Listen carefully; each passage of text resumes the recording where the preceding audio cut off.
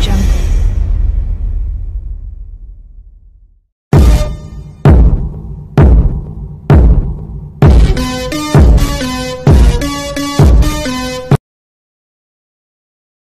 Shalom, soyez tous salués dans le puissant nom de notre Seigneur Jésus.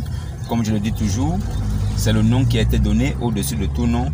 Et toutes les personnes qui sont sauvées et qui doivent être sauvées, c'est par ce nom qu'ils confessent, c'est par ce nom qu'ils adorent. Alors, le nom de Jésus est le nom qui a été donné au-dessus de tout nom pour que à ce nom-là, tout genou fléchit dans le monde. Tous les genoux fléchissent au nom de Jésus. Pourquoi? Jésus a dit: Père, j'ai fait connaître ton nom. Le fils porte le nom de son père parce qu'il est héritier de son père. Alors, que signifie fils de Dieu?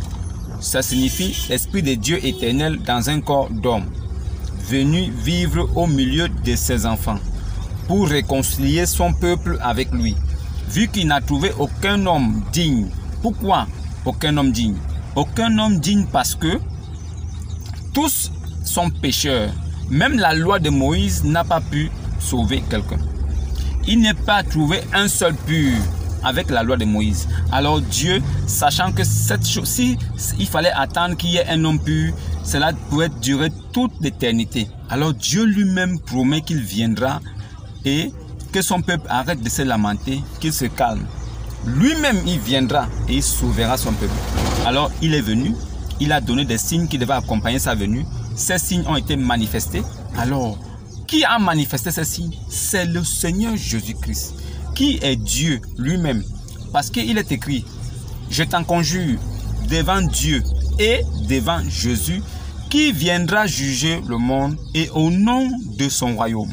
Alors, à partir de ça, nous comprenons aisément que Dieu, c'est la position d'adoration. Jésus-Christ, c'est Dieu Tout-Puissant manifesté en chair sur la terre. Alors les deux ne forment qu'un seul. Jésus-Christ a plusieurs attributs. L'attribut du Père, parce qu'il est éternel, il est l'Esprit éternel qui s'est mouvé au-dessus des eaux. Alors, Esprit Saint, parce que c'est lui qui dit s'il faut que je m'en aille, si je ne m'en vais pas, l'Esprit Saint ne viendra pas à vous. Il faut que je m'en aille. Je ne vous laisserai pas orphelin. Je viendrai à vous encore un peu de temps. Alors Jésus est parti, mais son esprit est revenu et il s'est distribué sur toute chair. Voilà pourquoi il a dit: vos filles et vos fils prophétiseront. Parce que l'Esprit Saint sera partout sur la terre, sur les semences de Christ. Alors, bien-aimés, shalom, shalom, shalom, shalom. J'espère que vous allez bien là où vous êtes. J'espère aussi que vous écoutez attentivement la parole de Dieu.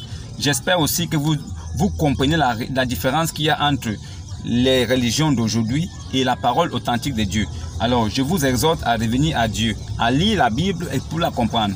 Alors, likez, partagez et surtout abonnez-vous pour ne pas manquer d'autres vidéos. Alors, aujourd'hui, je voudrais parler de quelque chose. Nous sommes dimanche.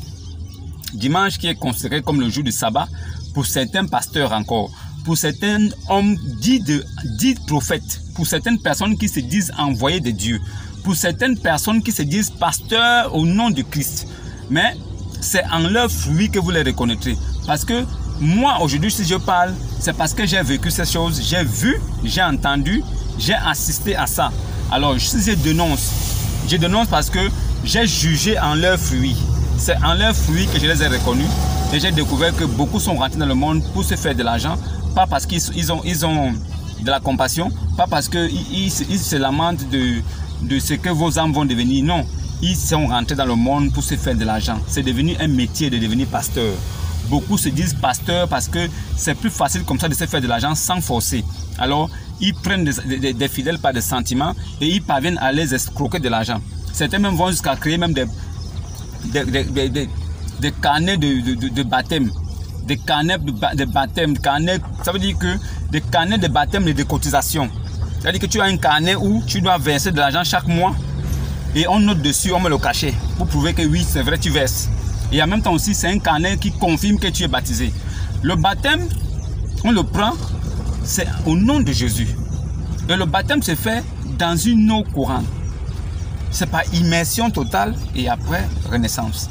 Alors, maintenant, s'il faille que tu cotises et que ça devient comme une obligation, ce sont des doctrines. Il n'y a pas Dieu là-bas. Beaucoup de fidèles sont allés encore trembler aujourd'hui dans des assemblées. Ils vont trembler. Ça veut dire que c'est le Saint-Esprit qui les a saisis. Certains même disent, quand ils finissent de faire ça, on leur pose la question assez simple. Oui, vous parlez en langue, vous prophétisez, d'accord? Mais dites-nous le message que Dieu a donné à son peuple. Parce que c'est une révélation qui est là. Alors, les Écritures nous ont dit la vérité. Si il y en a qui parlent en langue dans une assemblée ou dans une communauté, que 2 ou 3 au plus, que 2 ou 3 au plus parlent. Si ce n'est pas le cas, qu'on se taise dans les assemblées. Alors, après que le premier ait parlé, il faut qu'il y ait une personne aussi dans l'assemblée qui soit saisie du Saint-Esprit et qui interprète ce que celui-là vient de dire. Parce qu'il parle la langue de Dieu et il faille que quelqu'un dans l'assemblée comprenne et lui aussi dise ça. Parce que c'est comme ça que le Saint-Esprit se manifeste. Le Saint-Esprit ne se manifeste pas dans le désordre. Le Saint-Esprit ne se manifeste pas dans le désordre. Notre Dieu, c'est un Dieu d'ordre. Alors, si vous voyez des communautés là où il y a 5, 6, 7, 8 personnes, 10 personnes ou plusieurs personnes qui parlent en langue, ils ne parlent pas en langue. C'est le parler en l'air.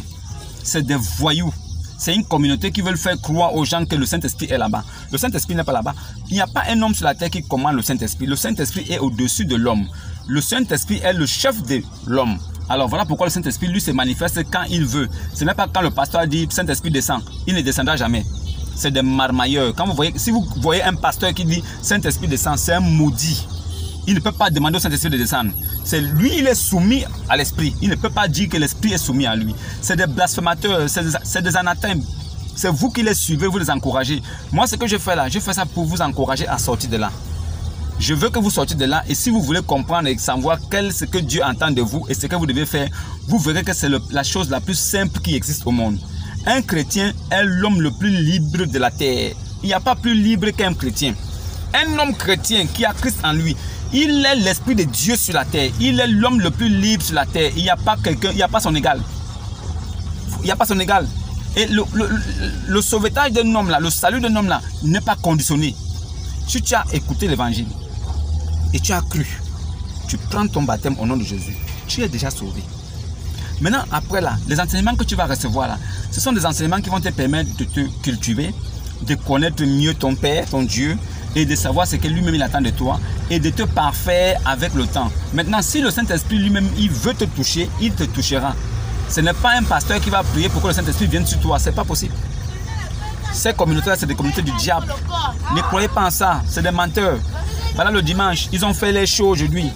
Certains ont mis des belles vestes, ils ont fait les shows. Vous entendez seulement comme il crie au micro. C'est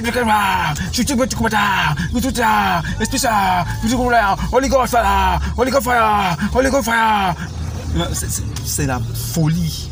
C'est la folie. Il dit à l'Esprit Saint, feu du Saint-Esprit. Donc le Saint-Esprit est à côté de lui. C'est lui qui dit au Saint-Esprit, allez, envoie le feu. Saint-Esprit, envoie le feu. C'est-à-dire, il commande le Saint-Esprit. Il est le général du Saint-Esprit. Un chien comme ça, vous êtes à côté de lui. Daddy, oh daddy, daddy. Oh, père, papa, papa, maudit. Toi qui dis père là aujourd'hui là, tu es maudit plus que lui. Toi qui essayes de dire ça, maudit. La femme n'a pas le droit de prêcher. Vos mamans pasteurs, pasteureuses, maman prophétesse, maman apôtresse, c'est des maudites, des Jezabel. Vous couchez ensemble la nuit. Si vous ne savez pas ça, les Saintes Écritures sont claires là-dessus. Vous couchez, c'est une prostituée avec qui vous couchez la nuit. Vous êtes tous coupables du même péché. Vous mourrez dans ça, en enfer. Il n'y a pas quelqu'un qui va s'échapper. Je dis, si vous mourrez dans ça, en enfer, dites-lui ouvertement que tu n'as pas le droit de prêcher. Ça s'arrête là. Il faut lui dire ça. Tu n'as pas le droit de prendre autorité sur l'homme. Nous, les hommes, nous sommes encore vivants. Nous avons été créés les premiers. Et ensuite, Dieu créait l'homme et la femme simultanément. Mais il forma l'homme le premier. Ensuite, il fit tomber un profond sommeil sur Adam. Et il tira de la côte d'Adam Ève. La femme fut tirée de l'homme. Il n'est pas question que la femme prenne autorité sur l'homme. En quelque manière que ce soit, ce n'est pas possible. Si vous voyez ça dans une communauté, Jésus-Christ n'est pas là-bas. Dieu lui-même, il vous a dit qu'il n'est pas là-bas. Alors, ceux qui restent dans ça, c'est votre affaire. Moi, je vous préviens. Les enfants de cœur, ce n'est pas biblique. Les enfants de cœur, c'est des petits voleurs de poulets. C'est des voleurs de quêtes. Les enfants de cœur, ce sont des femmes de prêtres. Ces pédophiles-là, qui les couchent. Et en contrepartie, ils leur donnent de l'argent. Des prêtres, c'est des pédophiles. L'église catholique, c'est Sodome et Gomorrhe même qui est installé là-bas.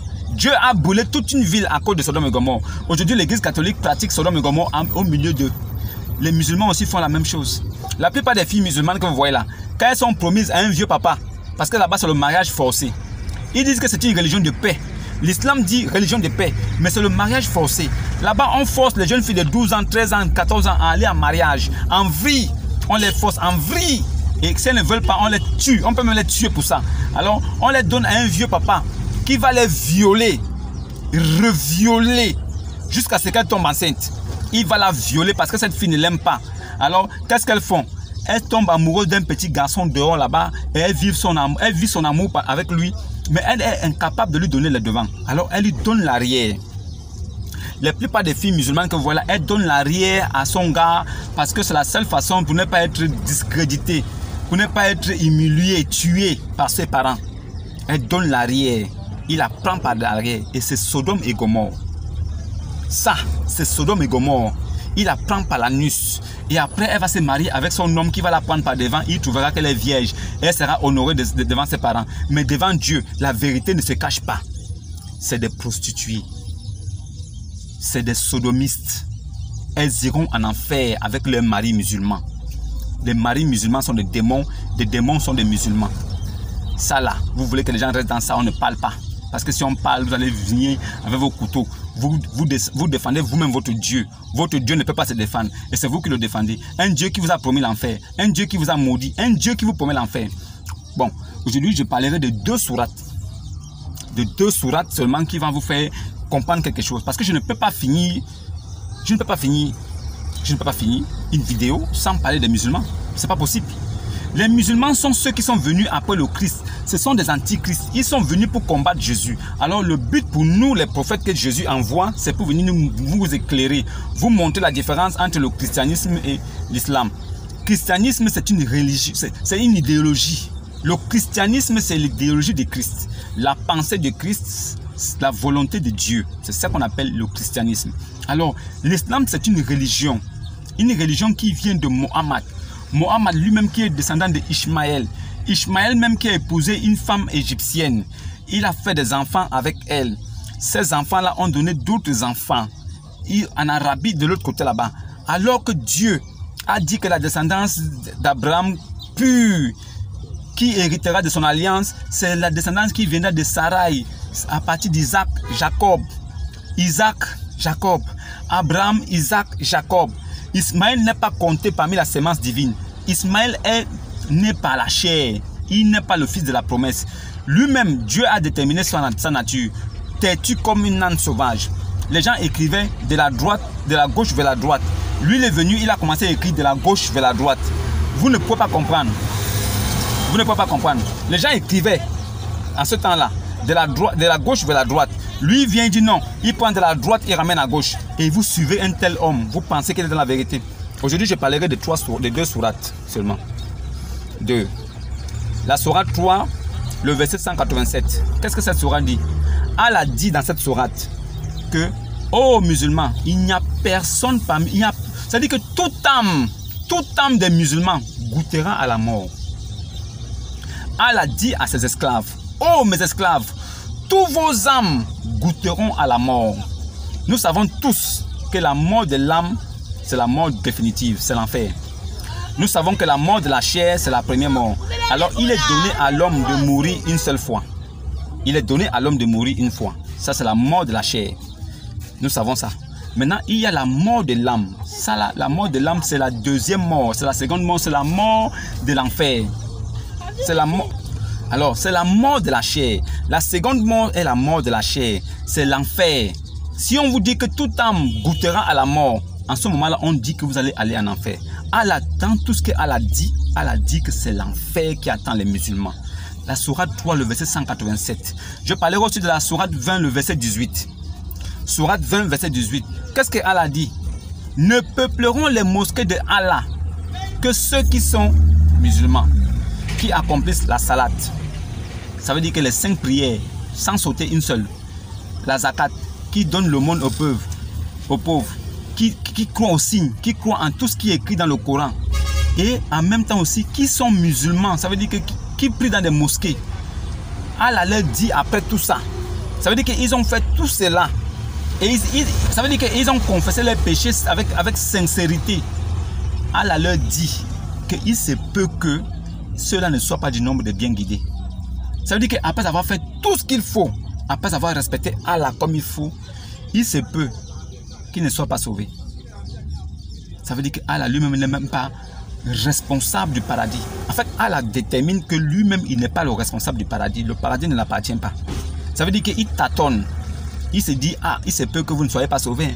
Comment toi, un Dieu, tu dis que tous les âmes de tes esclaves vont goûter. Toi, un Dieu, tu dis que toute âme goûtera à la mort.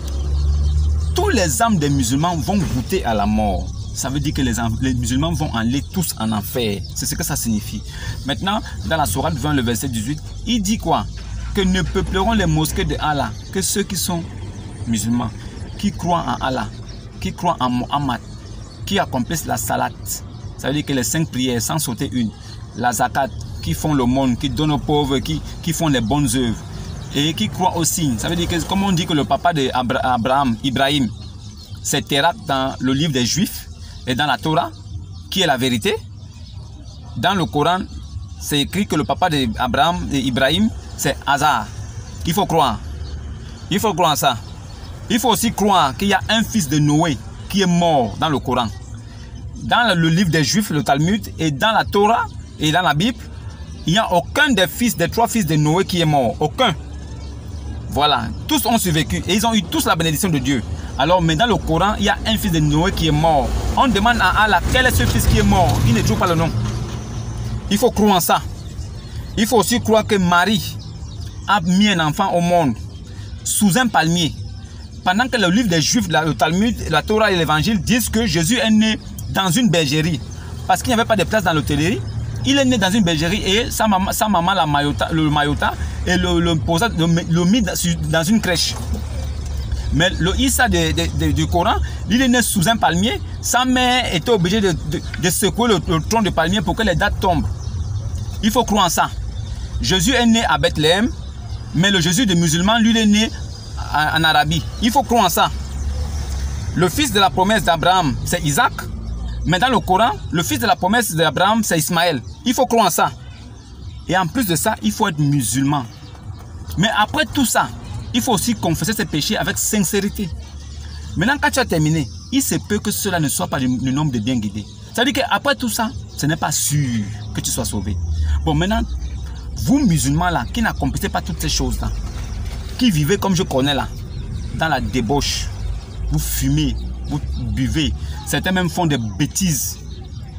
Ceux-là, si ceux qui accomplissent tout ça, il se peut qu'ils ne soient pas sauvés. Vous allez aller où? Vous qui va vous sauver? Vous ne comprenez pas? Ces 2 sourates-là, c'était pour attirer seulement votre attention. Si on te dit que tu vas connaître la mort de l'âme, ça veut dire que tu vas aller en enfer. C'est ce que ça signifie. Vraiment, musulmans, réveillez-vous. Hein? Je sais que c'est difficile, mais il est encore temps. Pour ceux qui sont vivants, revenez à Jésus, prenez votre baptême et écoutez les enseignements et les doctrines qui vous permettront de devenir des lumières pour le monde. Parce que Jésus lui-même a dit que je suis la lumière du monde. Alors celui qui me skie avec moi ne marchera pas dans les ténèbres. Lui-même, Mohammed a dit qu'il ne sait pas là où il part. Même vous qui le suivez là, il ne sait pas ce qu'il fera de vous. Ça veut dire que c'est un ténébreux. Il est dans les ténèbres. Il ne connaît pas là où il part. Maintenant, vous qui le suivez là, vous allez aller où? Allez-y, lire Muslim 155, vous allez comprendre. C'est Issa, le fils de Marie, qui va revenir juger les morts et les vivants. Sur ce, bon dimanche et que la paix soit sur vous et le salut aussi. Jésus-Christ vous touche et que sa lumière parvienne jusqu'à vous. Shalom, shalom, shalom et à la prochaine.